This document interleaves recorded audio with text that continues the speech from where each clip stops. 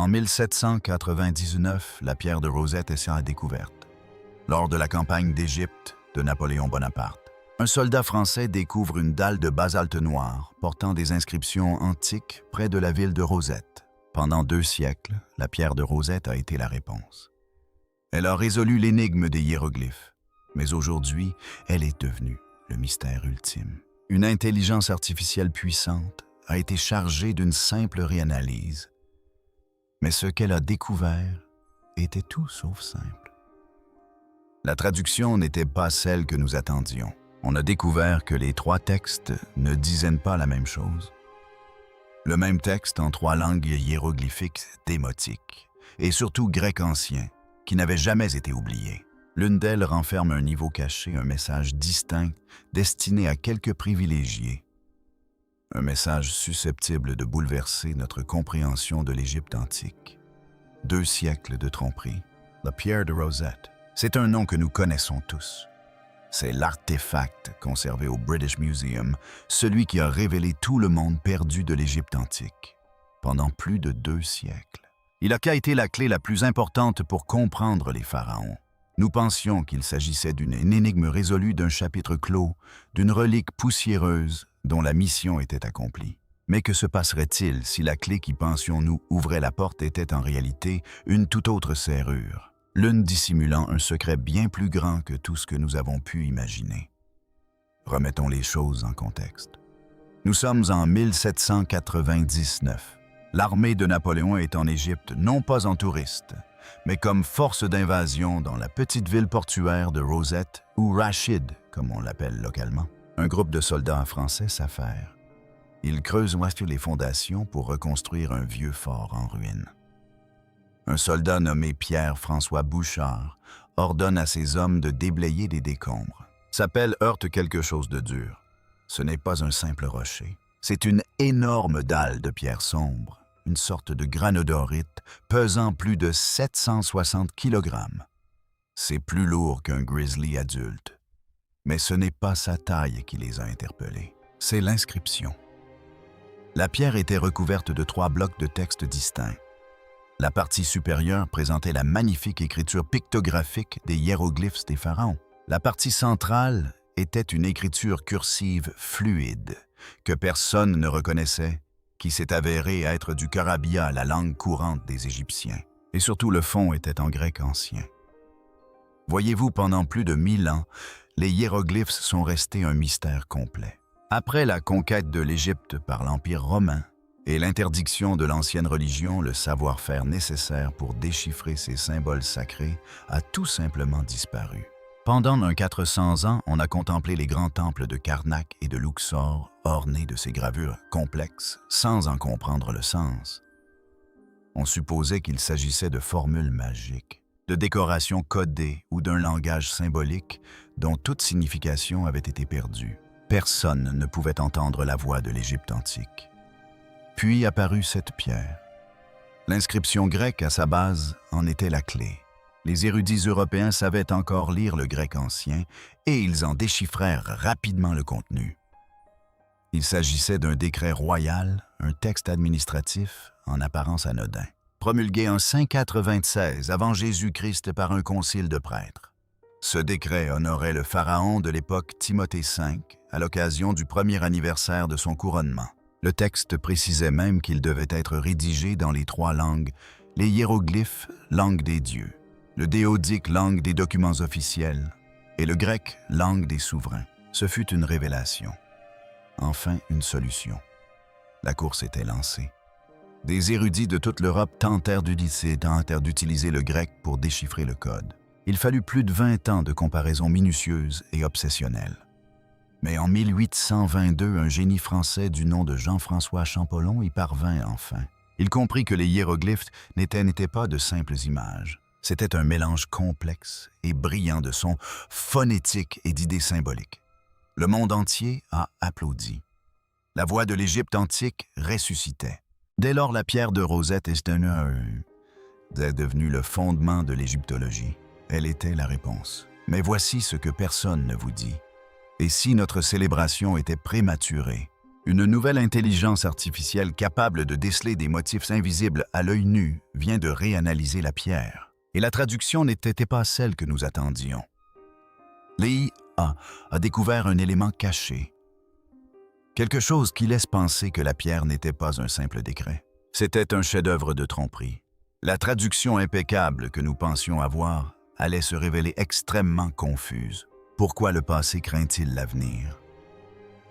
Alors pourquoi recourir à l'intelligence artificielle pour analyser une roche vieille de 2 ans?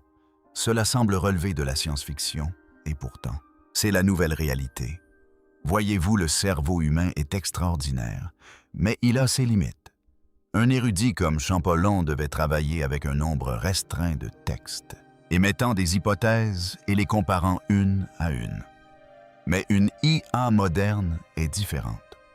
C'est une machine à reconnaître des formes, à un niveau que nous pouvons à peine appréhender. Des chercheurs d'un projet universitaire conjoint que nous appellerons Projet Anubis ont alimenté un nouveau réseau neuronal avec des scans 3D haute résolution de la pierre. Ces scans sont bien différents de photos. Ils capturent la surface de la pierre au micron, près à une profondeur de quelques millionièmes de mètres. Ils peuvent déceler des marques de ciseaux microscopiques d'infimes variations de profondeur et d'angles totalement invisibles à l'œil nu. Mais l'IA ne s'est pas contentée d'observer la pierre.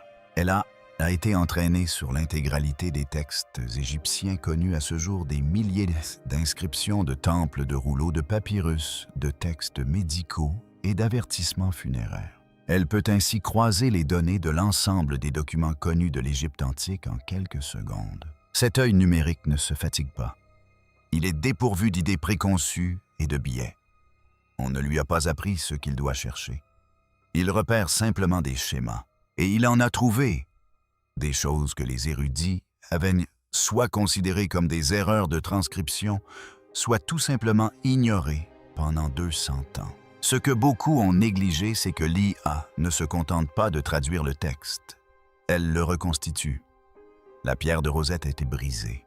Il ne reste qu'un fragment d'une dalle d'acier beaucoup plus grande, mesurant probablement plus d'1 mètre de haut. Le dessus et les côtés sont manquants. Pendant des siècles, les érudits ont formulé des hypothèses éclairées sur le contenu du texte manquant.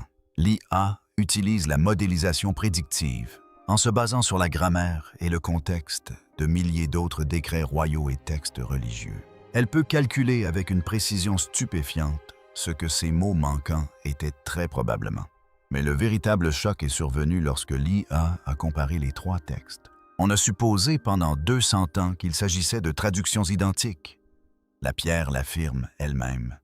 Mais l'IA a relevé des milliers de micro-incohérences. Des petits mots modifiés, des expressions ajoutées dans une langue mais absentes dans l'autre. Des concepts fondamentalement différents. Le moins qu'on puisse dire, c'est que ce fut un choc. Le premier constat était simple, les 3 textes ne disent pas c'est pas la même chose. Il ne s'agissait pas d'une traduction bâclée, ni d'un hasard. L'analyse par l'IA du choix des mots, de la grammaire et de la structure des phrases a révélé un schéma clair et délibéré. Les différences étaient systématiques. Les différences n'étaient pas... Hassan, tu passes dans... n'est pas des erreurs. Elles étaient intentionnelles. Une erreur ou un complot. La découverte par l'IA d'incohérences de traduction a révélé toute l'affaire au grand jour. Ce n'était pas une clé, c'était un ensemble de 3 messages différents, prétendant tous n'en former qu'un.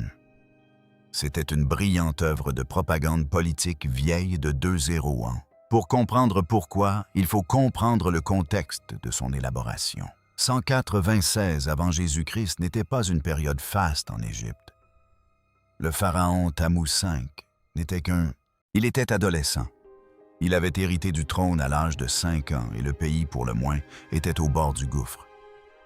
Une guerre civile d'une ampleur sans précédent faisait rage. Des factions rivales se disputaient le pouvoir. Le royaume tout entier était au bord de l'effondrement. Les prêtres qui rédigeaient ce décret ne faisaient pas que rendre hommage à un roi. Ils tentaient désespérément de maintenir l'unité du pays. C'est là que la manipulation entre en jeu. L'analyse par IA a révélé précisément comment ils ont adapté leur message. Tout d'abord, on trouve le texte en grec ancien en bas de page. C'était la langue du gouvernement des dirigeants. Tommy appartenait à une dynastie grecque. L'analyse par IA a montré que ce texte est purement formel. C'est un document politique rationnel. Il présente le roi comme un bienfaiteur, un administrateur stable. Il met l'accent sur ses réalisations. Il a réduit les impôts sur les temples. Il a libéré des prisonniers. Il a rétabli l'ordre. Il a financé l'armée. C'est un contrat légal conçu pour que la bureaucratie grecque le perçoive comme un dirigeant compétent et généreux, un bon gestionnaire. Ensuite, il y a l'écriture démoniaque au milieu. C'était la langue courante, l'écriture du peuple égyptien. L'IA a trouvé que cette version est similaire, mais le ton est différent. Il s'agit moins de politique administrative et plus de rassurer. C'est un message public destiné à maintenir le calme du peuple et à l'assurer que le roi sait de son côté que les beaux jours arrivent. C'est la version destinée aux relations publiques. Elle est conçue pour être lue à haute voix sur les marchés. Mais le véritable secret, celui qui change tout, résidait dans les hiéroglyphes tout en haut. C'était la langue sacrée, la langue des dieux, lue uniquement par les grands prêtres et l'élite intellectuelle. Et c'est là que l'IA a découvert que le texte dérapait complètement. Ce n'est pas un simple décret politique, c'est un texte de théologie avancée. Là où le texte grec parle du roi Thémi, le bienfaiteur, le texte hiéroglyphique évoque le roi des terres hautes et basses, le fils de Ra. L'image vivante de la lune l'aimée d'Horus, qui fait prospérer les deux contrées. L'IA a découvert que cette version regorge d'associations divines, de jargon religieux complexe et de métaphores sacrées. Elle ne se contente pas d'honorer le roi, elle le déifie. Elle confirme son statut de Dieu vivant sur terre, dans la continuité directe de milliers d'années de tradition phryonienne. C'était une réinterprétation magistrale. Les prêtres jouaient un double jeu.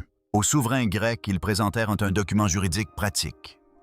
Mais aux dieux et à leur propre élite égyptienne, ils présentèrent un texte sacré qui renforçait leur pouvoir et la nature divine de la royauté. Ils affirmaient deux vérités différentes, simultanément. Mais ce mensonge politique dissimulait un secret magique bien plus profond. Que signifient réellement ces images? Le modèle d'apprentissage profond de l'IA n'a pas seulement lu les mots, il a analysé les images. Et c'est là que le mystère s'épaissit. Voyez-vous, les hiéroglyphes sont des images. Un oiseau est un oiseau. Un serpent est un serpent. C'est ce que Champollion nous a aidés à comprendre. Mais si ce n'était que le premier niveau, et si la façon dont l'oiseau était gravé recelait une seconde signification. Voici ce que l'IA a découvert. Elle a commencé à déceler des motifs sans lien avec le langage, mais relevant de la théologie visuelle. Ce que l'on ignore souvent, c'est que dans la gravure hiéroglyphique sacrée, rien n'est dû au hasard. L'IA a constaté que de subtiles variations artistiques, que l'œil humain percevrait simplement comme un style ou la signature d'un graveur, constituaient en réalité un code caché. Par exemple, l'IA a comparé les symboles d'oiseaux sur la pierre avec des milliers d'autres symboles d'oiseaux provenant de temples de la même période. L'étude a révélé que l'angle précis du bec de l'oiseau ou la position de ses ailes déployées ou repliées n'était pas aléatoire. Il s'agissait d'un choix symbolique cohérent. Un oiseau au bec légèrement ouvert pouvait figurer dans le texte public représentant le soleil, mais le bec ouvert lui-même constituait un symbole codé distinct évoquant le souffle ou la vie. L'IA a analysé la profondeur des gravures.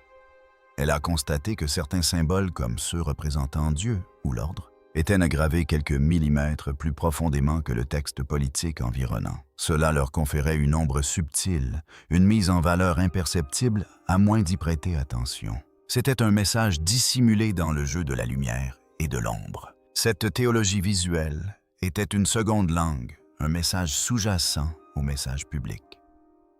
Un message que seul un grand prêtre instruit et un initié pouvaient déchiffrer. L'IA a découvert que le texte hiéroglyphique fonctionnait sur deux niveaux simultanément.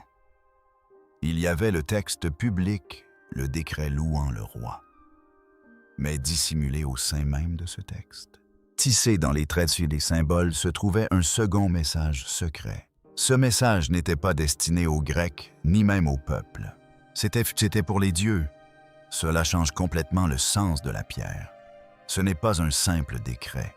C'est un sortilège gravé dans la pierre. C'est un rituel actif conçu pour utiliser le décret du roi afin de renforcer l'ordre divin de l'univers. Les prêtres se servaient de leur devoir politique comme prétexte à un immense rituel religieux.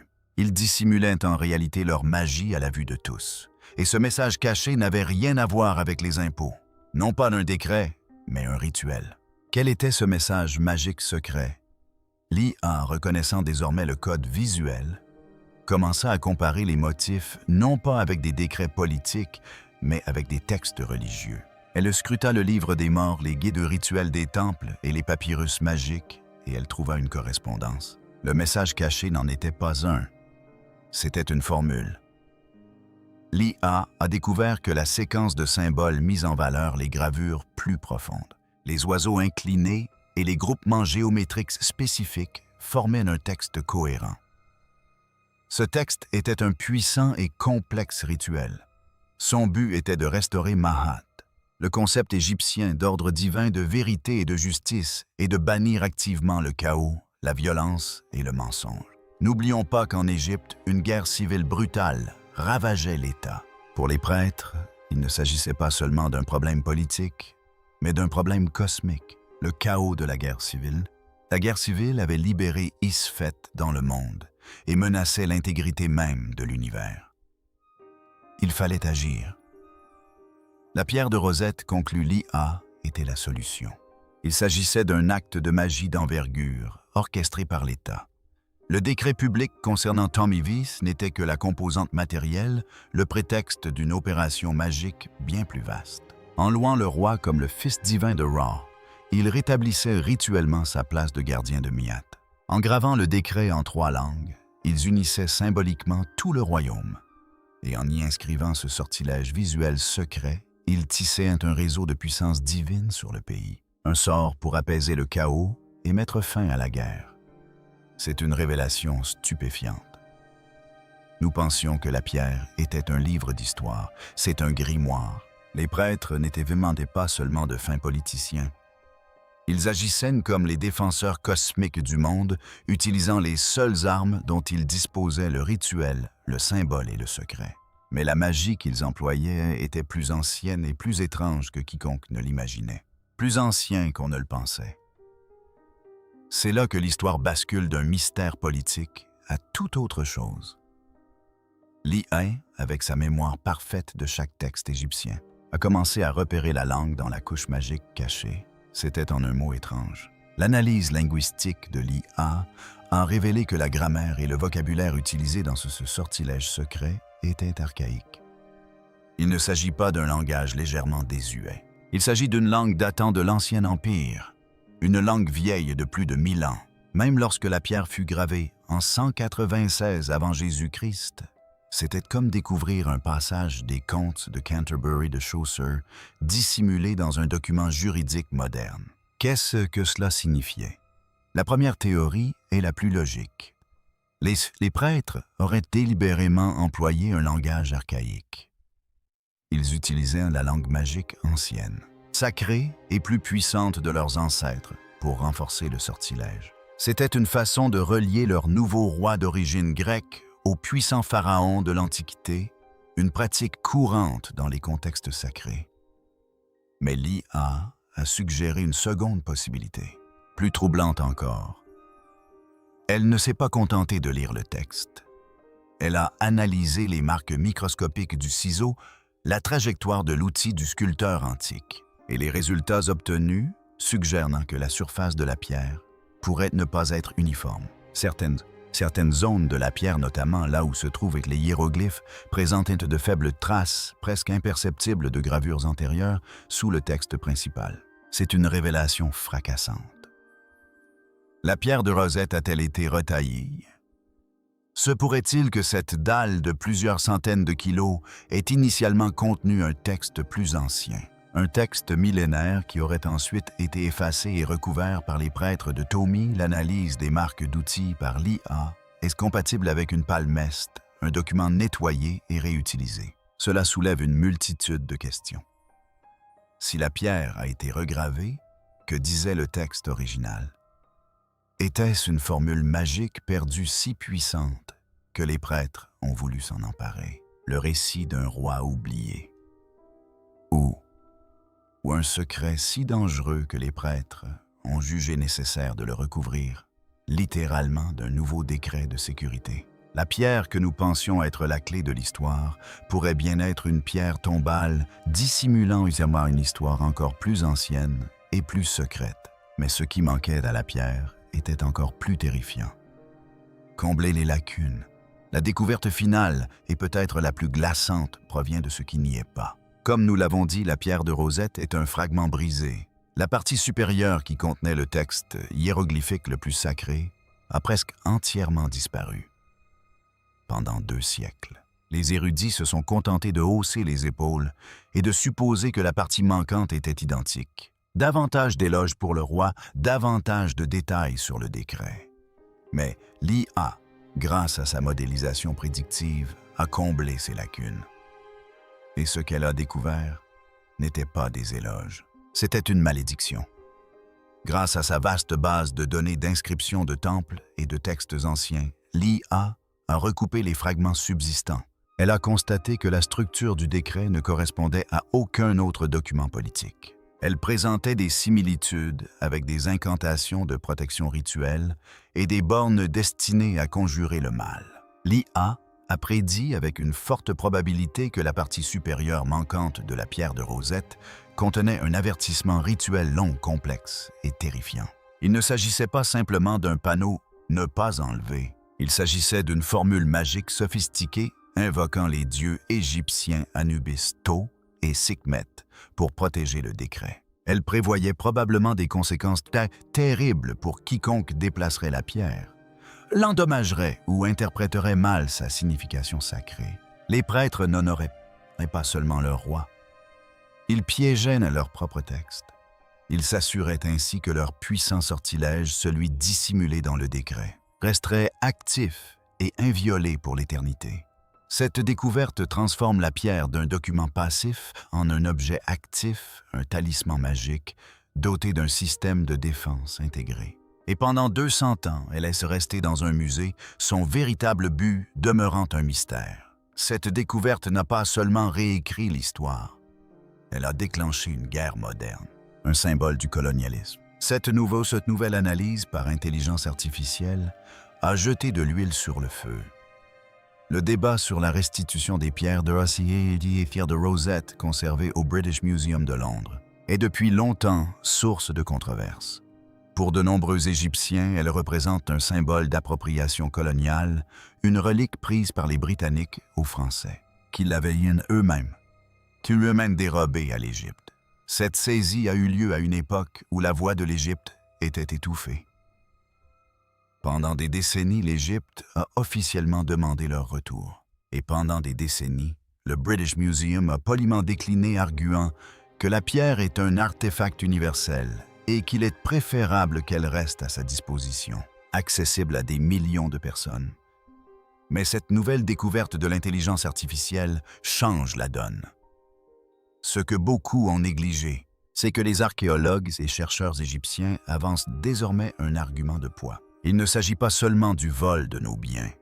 Il s'agit de les avoir détenus pendant 200 ans sans même en connaître la valeur. On reproche aux chercheurs occidentaux, malgré leurs ressources considérables, d'être passés à côté du véritable sens. Ils se sont contentés d'une simple traduction sans saisir la magie, la théologie, le code visuel. Les chercheurs égyptiens, quant à eux, affirment que leur profonde connaissance des nuances de leur propre héritage leur aurait permis de percevoir ces strates. C'est là que la technologie devient une arme. L'imagerie 3D haute résolution et les bases de données en libre accès uniformisent les règles du jeu. Aujourd'hui, quiconque possède le logiciel adéquat peut analyser les gravures de la pierre de Rosette avec une précision extraordinaire, que ce soit depuis le Caire ou New York. Cette égalité technologique remet en question l'idée reçue selon laquelle les artefacts doivent rester dans les musées occidentaux pour y être étudiés. Le débat dépasse désormais la question de la propriété. Il s'agit d'équité intellectuelle et de justice historique. Alors que l'IA continue de révéler de nouvelles dimensions de la pierre de Rosette, le débat sur sa place devient de plus en plus urgent. Mais pendant que les politiciens se disputent entre la pierre, les chercheurs mènent de leur propre bataille. Les experts s'inquiètent. Si vous pensez que les scientifiques discutent toujours calmement des preuves et parviennent à des conclusions rationnelles, vous n'avez manifestement jamais vu d'archéologues débattre des découvertes de l'IA. La réaction du monde universitaire aux révélations de la pierre de Rosette est extrêmement polarisée. On assiste à un affrontement entre des défenseurs passionnés et des sceptiques farouches, dans ce qui est devenu l'un des débats les plus houleux de l'égyptologie de ces dernières années. Beaucoup de gens sont fascinés par ce sujet. D'un côté, on trouve des chercheurs passionnés de technologie qui pensent que l'IA révèle des vérités que les biais humains et les limites de la reconnaissance des formes ont occultées pendant des siècles. Ils soulignent la cohérence des résultats de l'IA, notamment la répétition du code visuel dans d'autres textes de la même période. Pour eux, c'est la preuve qu'il nous faut reconsidérer notre confiance dans les traductions traditionnelles. D'un autre côté, on trouve des égyptologues chevronnés qui ont consacré leur carrière à l'étude de ces textes. Nombre d'entre eux sont profondément sceptiques. Ils affirment que les systèmes d'IA peuvent identifier des corrélations, mais qu'ils sont incapables de saisir véritablement le sens, le contexte ou les nuances. Selon eux, les textes anciens requièrent une approche humaine que les algorithmes ne peuvent tout simplement pas apporter. Des professeurs auteurs d'ouvrages sur la pierre de Rosette se voient reprocher que le travail de toute une vie repose sur une traduction superficielle et erronée. Ils ne se contentent pas de discuter, ils protestent avec véhémence. Le fossé générationnel est flagrant. Les jeunes chercheurs ont tendance à être plus réceptifs, tandis que les universitaires plus âgés sont plus sceptiques. Mais la distinction n'est pas si simple. Ce qui rend ce débat si intense, c'est qu'il ne se limite pas à la pierre de Rosette. Il concerne l'avenir de toute la discipline. Si les conclusions de l'IA sont prises au sérieux, cela pourrait remettre en question des milliers de traductions. Notre vision de l'Égypte antique pourrait être complètement erronée. Qu'en est-il des manuscrits de la mer morte? L'épopée de Gilgamesh, les Koti Mayas et d'autres textes déchiffrés alimentent déjà ces nouveaux modèles d'IA. Il ne s'agit pas d'un simple casse-tête académique, mais d'une remise en cause fondamentale de l'autorité et de l'expertise de toute une discipline scientifique. Personne n'aime qu'on lui dise que l'œuvre de toute une vie pourrait être imparfaite. Et comme toujours là où règne le mystère naissent les théories du complot. Le secret ultime de la pierre. Dès que cette nouvelle a été diffusée, Internet s'est enflammé fidèle à sa réputation. La situation a dégénéré. En quelques heures, le phénomène s'est propagé à une véritable épidémie numérique. Les forums se sont enflammés. Les sections de commentaires vidéo ont explosé.